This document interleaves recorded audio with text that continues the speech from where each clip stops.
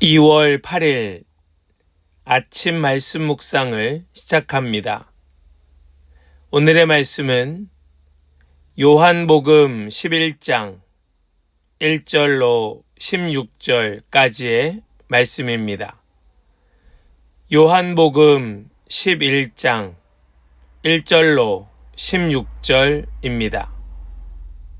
한 병자가 있었는데 그는 마리아와 그의 자매 마르다의 마을 베다니에 사는 나사로였다. 마리아는 주님께 향유를 붓고 자기의 머리털로 주님의 발을 씻은 여자요. 병든 나사로는 그의 오라버니이다. 그 누이들이 사람을 예수께로 보내서 말하였다. 주님 보십시오. 주님께서 사랑하시는 사람이 앓고 있습니다. 예수께서 들으시고 말씀하셨다. 이 병은 죽을 병이 아니라 오히려 하나님의 영광을 드러낼 병이다. 이것으로 말미암아 하나님의 아들이 영광을 받게 될 것이다.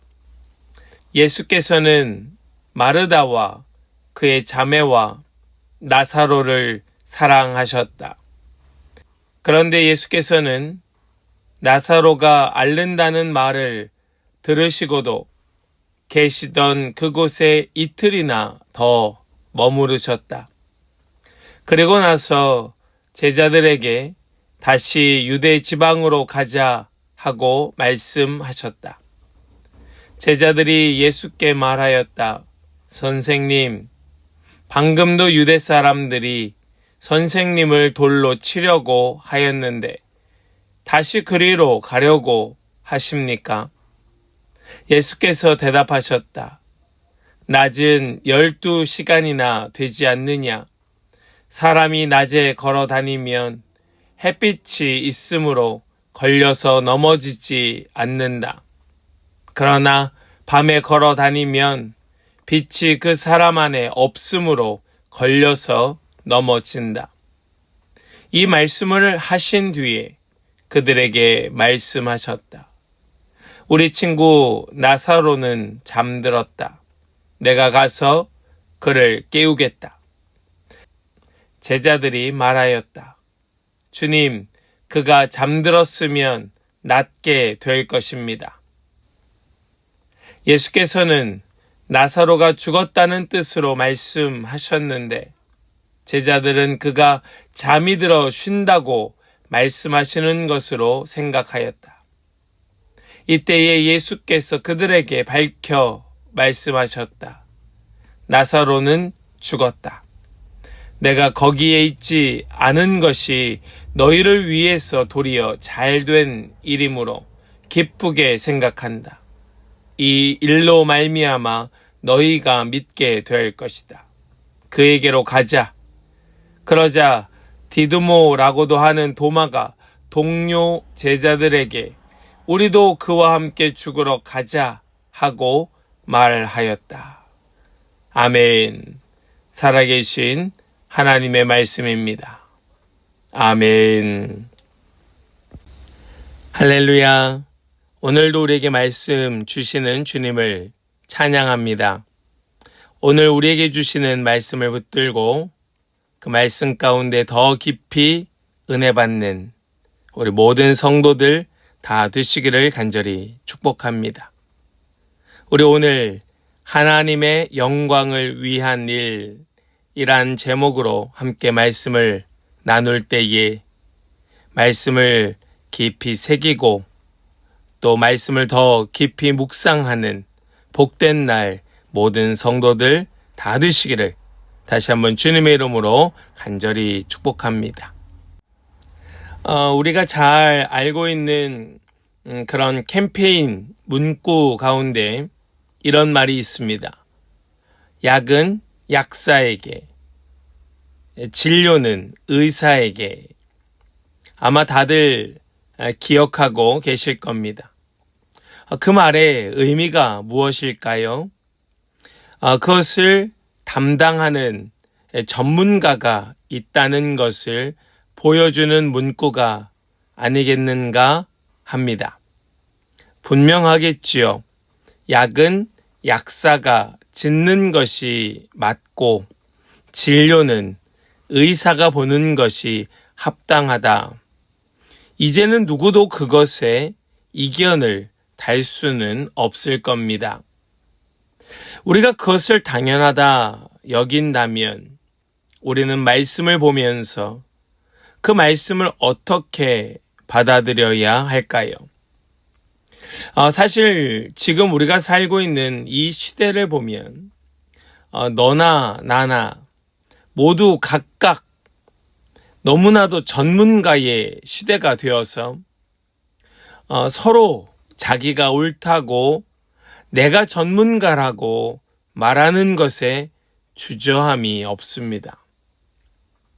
이것이 영적인 영역, 나의 심령을 다루는 데까지 이르러서 나는 그것에도 역시 전문가다라고 여기는 자들이 생각보다 많은 겁니다. 그러나 우리는 정말로 우리 자신을 다 알 수가 없습니다. 특히 영적인 일에 있어서는 더더군다나 알 수가 없지요. 우리를 잘 아시는 분에게 우리를 정확하게 진단하시고 또 그 결과를 알려주실 분에게 우리를 맡기는 것은 더없이 중요할 것입니다. 오늘 우리가 읽은 이 본문의 말씀은 죽은 나사로를 살리는 그 사건의 서두에 해당하는 말씀입니다. 베다니에 사는 마리아와 마르다 그리고 나사로는 예수님과 아주 가깝게 지내던 사이였습니다. 그런데 어느 날 갑자기 나사로가 죽을 병이 들게 되었습니다. 이것이 갑자기 생겨난 병인지 오랫동안 앓고 있던 병이었는지 우리는 성경 속에 정확히 알지는 못하지만 어느 날 그가 죽게 되었다는 사실을 보게 됩니다. 그리고 이 나사로가 죽을 병에 들었을 때의 누이들은 이것을 예수님께 알립니다. 그때에 예수님께서는 이 병이 죽을 병이 아니라 하나님의 영광을 위한 일이라고 말씀하십니다. 우리 3절과 4절의 말씀을 같이 보시겠습니다. 그 누이들이 사람을 예수께로 보내서 말하였다. 주님 보십시오. 주님께서 사랑하시는 사람이 앓고 있습니다. 예수께서 들으시고 말씀하셨다. 이 병은 죽을 병이 아니라 오히려 하나님의 영광을 드러낼 병이다. 이것으로 말미암아 하나님의 아들이 영광을 받게 될 것이다. 아멘. 무엇을 말씀하고 있습니까? 인간의 죽을 병마저도 하나님의 손길 안에서는 그분의 영광으로 변화될 수 있다는 사실을 말씀은 가르쳐 주고 있습니다. 우리는 이 말씀을 가지고 상당히 오해하여 여러 다른 불행한 사건 속에 이 말씀을 대입하기도 합니다. 어떤 누군가의 정말 불행한 사건을 보면서 그것이 바로 하나님의 영광을 드러낼 일이다. 이 사건, 당신에게는 불행한 일인지 모르겠지만 하나님께서는 이 사건을 통하여 그분의 영광을 나타낼 것이다 라고 함부로 말할 때가 있다는 겁니다. 그런데 이것은 그렇게 인용할 만한 말씀의 본문이 결코 아닙니다. 이것을 말씀하시는 예수님은 이 말씀을 정말로 하나님의 영광을 나타내시고 예수님이 누구이신지를 드러내기 위한 하나님의 섭리였음을 예수님은 너무나 중요한 사건 속에 가르쳐 주고 계셨던 것이지요. 우리는 이 주님의 마음을, 하나님의 놀라운 계획하심과 섭리를 다 이해할 수 없습니다. 마치 내가 그것을 하나님의 뜻을 아는 것처럼 이야기하였다가 전혀 수습할 수 없는 지경에 이르는 경우를 우리는 간혹 보게 되는데, 그러지 말자는 겁니다. 그럴 수 없다는 거예요. 하나님의 그 선하신 계획을 정확히 알고 분별하여 말씀하실 수 있는 그 예수 그리스도의 능력이 우리에게는 감히 있지 아니합니다. 성도는 슬픔과 고통 가운데에 빠져 있을 수 있습니다. 그것을 바꿀 수 있는 분이 적어도 우리 자신이 아니라 우리 주님, 예수님이라는 사실을 우리는 인정해야 한다는 말씀이지요. 우리 주님께서 위로하시도록, 우리 주님께서 그 사건을 역전하시도록 우리 주님께 우리의 모든 권한을 내어드릴 수 있어야 할 것입니다. 내가 신뢰받을 만한 사람이 아니라 우리 예수님이, 내가 능력 있는 사람이 아니라 우리 예수님이. 사랑하는 여러분, 우리 이 사실을 우리 기억하고 주님께서 그 사건을 주님의 뜻대로 주님의 영광을 위하여 사용하시도록 우린 겸손히 내어드리는 그런 저와 여러분 되시기를 간절히 원합니다. 예수님은 나사로가 병들었다는 소식을 들으셨지만 계시던 곳에 이틀을 더 머무십니다. 우리 6절 말씀을 보실까요? 그런데 예수께서는 나사로가 앓는다는 말을 들으시고도 계시던 그곳에 이틀이나 더 머무르셨다. 예수님께서 서두르지 않으신 이유는 하나님 아버지의 영광을 위한 그 일에는 하나님의 때가 있었기 때문에 그러합니다. 예수님께서 이렇게 하실 수 있으셨던 그 가장 중요한 까닭은 그분이 예수님이셨기 때문이라는 겁니다. 예수님이시기에 지금 서두르지 아니하실 수 있었던 겁니다. 예수님은 더 큰 기적을 통하여 하나님의 영광을 나타내시고 그분께서, 예수님께서 바로 그리스도 메시아라는 사실을 드러내시기 위하여 예수님께서는 도리어 이틀을 더 기다리시며 사람들에게 믿음을 심어 주려 하셨던 것입니다. 우리의 인생을 주님께 맡겨야 됩니다. 우리의 삶을 그분께 의탁드려야 됩니다. 어떤 누군가가 아니고 어떤 사람이 아닌 우리 주님께 우리의 삶을, 우리의 계획을, 우리의 인생을 맡길 때 우리 주님께서 정확히 하나님의 때에 일하신다는 것을 믿고 기억하시고 그렇게 살아가는 저와 여러분 되시기를 간절히 원합니다. 예수님께서 이틀이 지난 후에 제자들에게 유대로 가자라고 말씀하시죠. 제자들은 이전에 유대에서 겪었던 일로 인하여 두려워하였습니다. 8절 말씀을 보면 이렇게 말씀하지요. 선생님, 방금도 유대 사람들이 선생님을 돌로 치려고 하였는데 다시 그리로 가려고 하십니까? 지금 예수님과 이 제자들이 예루살렘을 떠나 어딘가로 피하여 있었지요. 그것이 어제 본문 아니었습니까? 세례 요한이 세례를 베풀던 이 요단강 건너편 어딘가에 예수님과 제자들이 있었던 겁니다.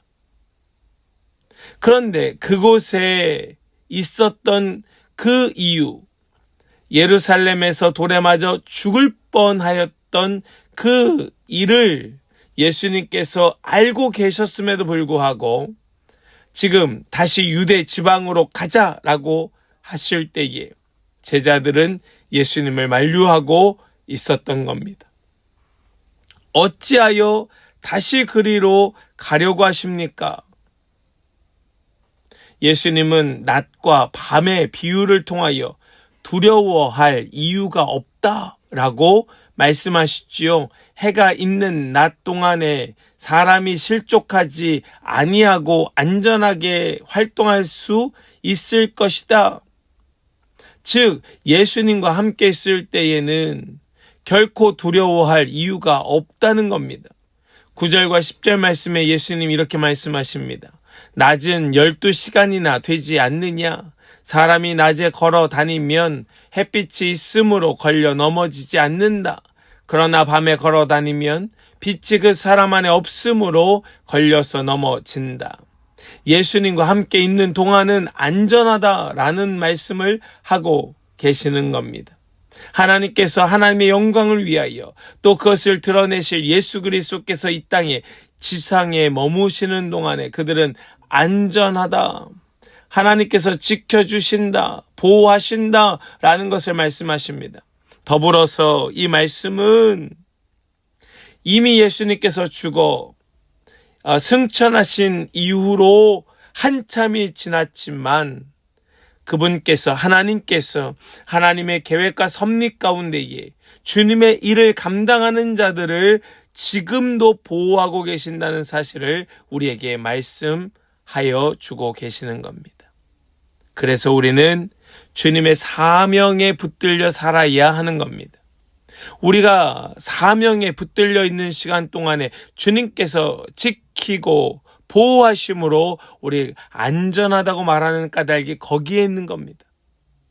주님께서 주님의 그 사람들, 주님의 그 계획과 섭리 안에 있는 자들, 그들이 도구로 쓰임받는 동안에는 주님께서 보호하신다. 사랑하는 여러분, 저와 여러분들 모두가 주님의 선한 도구로 쓰임받으시기를 간절히 축원합니다. 우리가 주님의 손에 붙들린 도구가 될 때에 우리는 안전한 겁니다. 그 안전은 단순히 이 지상에 목숨 부지하며 살 수 있다는 의미가 아니라 우리의 영생을 책임지시는 그분께서 우리를 주님의 나라로 인도하여 주심에 틀림없다는 사실을 우리에게 믿음으로 심어 주신다는 겁니다. 우리 이 사실을 꼭 기억하고 잊지 않으시는 성도 되시기를 축복합니다. 그럴 때에 하나님의 영광은 나타내고 우리 예수님의 그리스도 되심이 분명하게 선포되게 될 줄을 믿습니다. 이 예수님의 제자들은 예수님의 말씀을 다 이해하지 못하였습니다. 예수님께서는 제자들에게 나사로가 잠들었다고 말씀하시자 제자들은 이것을 죽음이 아닌 깊은 잠으로 이해하였습니다. 예수님께서 나사로의 죽음을 밝히 드러내어 말씀하시지 아니하셨더라면 제자들은 이 예수님의 말씀 속에 계속해서 오해하였을 것입니다. 우리 11절과 12절의 말씀을 보시면 이렇게 말씀하죠. 우리 친구 나사로는 잠들었다. 내가 가서 그를 깨우겠다. 제자들이 말하였다. 주님, 그가 잠들었으면 낫게 될 것입니다. 예수님의 말씀을 이해하지 못하죠. 13절 말씀, 예수께서는 나사로가 죽었다는 뜻으로 말씀하셨는데 제자들은 그가 잠이 들어 쉰다고 말씀하시는 것으로 생각하였다. 제자들은 예수님의 말씀을 들으면서도 그 말씀 다 이해하지 못하고 그저 인간적인 시각에서 바라보고 있었던 것이죠. 인간적인 시각으로 바라보다 보니 무슨 문제가 생깁니까? 진정한 의미를 놓치는 겁니다. 예수님께서 그들에게 밝히 말씀하십니다. 진짜 의미를 말씀하시지요. 나사로는 죽었다. 이것이 사실이다. 나사로는 죽었다. 그럼에도 불구하고 그에게로 가자. 내가 그를 깨우겠다. 예수님이 누구이신지를 보여주고 계시는 겁니다. 나사로는 죽었지만 내가 그를 가서 깨우겠다. 여러분, 이 말씀의 진정한 의미를 이해하고 깨닫는 그런 은혜가 있기를 간절히 축복합니다. 성도는 하나님의 관점을 갖기 위해 애쓰고 몸부림치는 자들입니다. 이것을 위하여 말씀을 더 깊이 묵상하고 또 묵상하는 자들이 성도인 겁니다. 어떻게 말씀을 묵상하지 아니하고 이 진정한 의미를 깨달을 수가 있겠습니까? 이런 노력을 통하여 하나님의 시각을 배우게 되는 거고 훈련을 통하여 길러지는 겁니다. 예수님께서 유대로 가자고 하시자 도마는 우리도 주와 함께 죽으러 가자라고 말합니다. 어리석은 말이에요. 도대체 주님의 말씀을 이해하지 못하는 겁니다. 아무리 설명해 주어도 알아듣지 못하는 겁니다. 이해하지 못하였을 뿐만 아니라 그들은 그 말씀이 얼마나 예수님의 그리스도 되심, 하나님의 영광을 나타내는 말인지 감조차 잡을 수 없었던 것입니다. 그러나 여기에서 한 가지 그래도 그나마 의미 있는 모습은 무엇인가? 그래도 약간의 가능성은 무엇인가? 그들에게는 이해하지 못하건만 그들이 갖고 있었던 것은 주를 향한 충성심. 우리는 이것만큼은 우리도 가질 수 있다. 우리가 예수님의 말씀을 다 이해하고 다 깨달아서 따라가는 것이 아닙니다. 그분의 말씀에 대한 충성심, 사명감, 이것이 있기에 따라가는 것입니다. 따라가다 보니 성령이 임한 것이고 성령이 임하니 그들은 생명을 걸었던 것입니다. 사랑하는 여러분, 우리에게도 이 용기 낼 수 있습니다. 우리에게도 주를 따라 동행할 그런 능력이 우리에게도 있습니다. 위험을 무릅쓰고 주님과 동행할 그런 능력이 우리 가운데 있다는 겁니다. 주님은 그것으로 족하다 말씀하시며 그것을 통하여 하나님의 영광을 드러내시는 겁니다. 적어도 이 충성심, 적어도 이 사명감만큼은 우리에게 채워지고도 남을 수 있기를 간절히 축복합니다. 우리는 그렇게 주님 손에 붙들려 쓰임받는 겁니다. 선한 도구로 붙들리는 거예요. 우리가 무슨 능력이 있습니까? 우리가 무슨 지혜가 있어서 주님의 말씀을 다 이해하고 깨달을 수가 있겠습니까? 주님께서는 우리에게 당장 그런 것을 요구하지도 아니하십니다.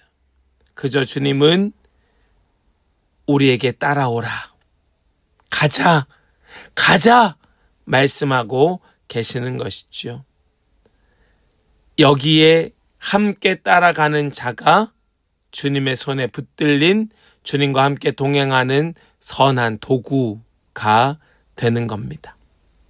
우리 그런 은혜가 우리 모두에게 있기를 간절히 축복하고, 우리 오늘 이 말씀을 붙들고 결단하고 소망하며 따라갈 때에, 더 깊이 묵상할 때에 내가 어떻게 주님의 손에 붙들려 선한 도구로 살아갈 것인가?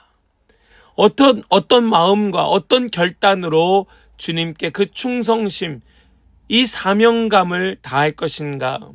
우리 다시 곱씹는 그런 은혜의 하루 다 되시기를 주님의 이름으로 간절히 축원합니다. 아멘. 기도하겠습니다. 하나님 감사합니다. 오늘 이 말씀을 통하여 예수님께서 하나님의 영광을 드러내시고 예수님의 메시아 그리스도 되심을 보여주시는 그 놀라운 은혜의 말씀을 보게 하여 주셔서 감사합니다. 그 나사로의 안타까운 사건조차도 우리 하나님께서는 그분의 손에 쥐고 계시고 주님의 뜻을 이루는 데에 사용하고 계셨음을 보았습니다. 우리 한 사람 한 사람이 마치 내가 예수님인 양 행동하는 그런 어리석은 자가 아니라 그 말씀을 다 이해하지 못한다 할지라도 주님을 따라가기로 결정하는 그런 충성스러운 주님의 손에 붙들린 선한 도구가 되어서 우리가 쓰임받아 하나님의 영광을 보게 되고 우리가 사용되어 주님의 영광을 나타내는 그런 우리 모든 복된 성도들 되게 하여 주시고 온종일 말씀을 붙들고 묵상할 때에 그 말씀이 나에게 주시는 은혜의 말씀이 될 수 있도록 주님 온종일 말씀을 생각하게 또 생각나게 하여 주시옵소서. 믿고 의탁드리고 감사 찬송드리며 우리 주 예수 그리스도의 거룩하신 이름으로 기도하옵나이다. 아멘.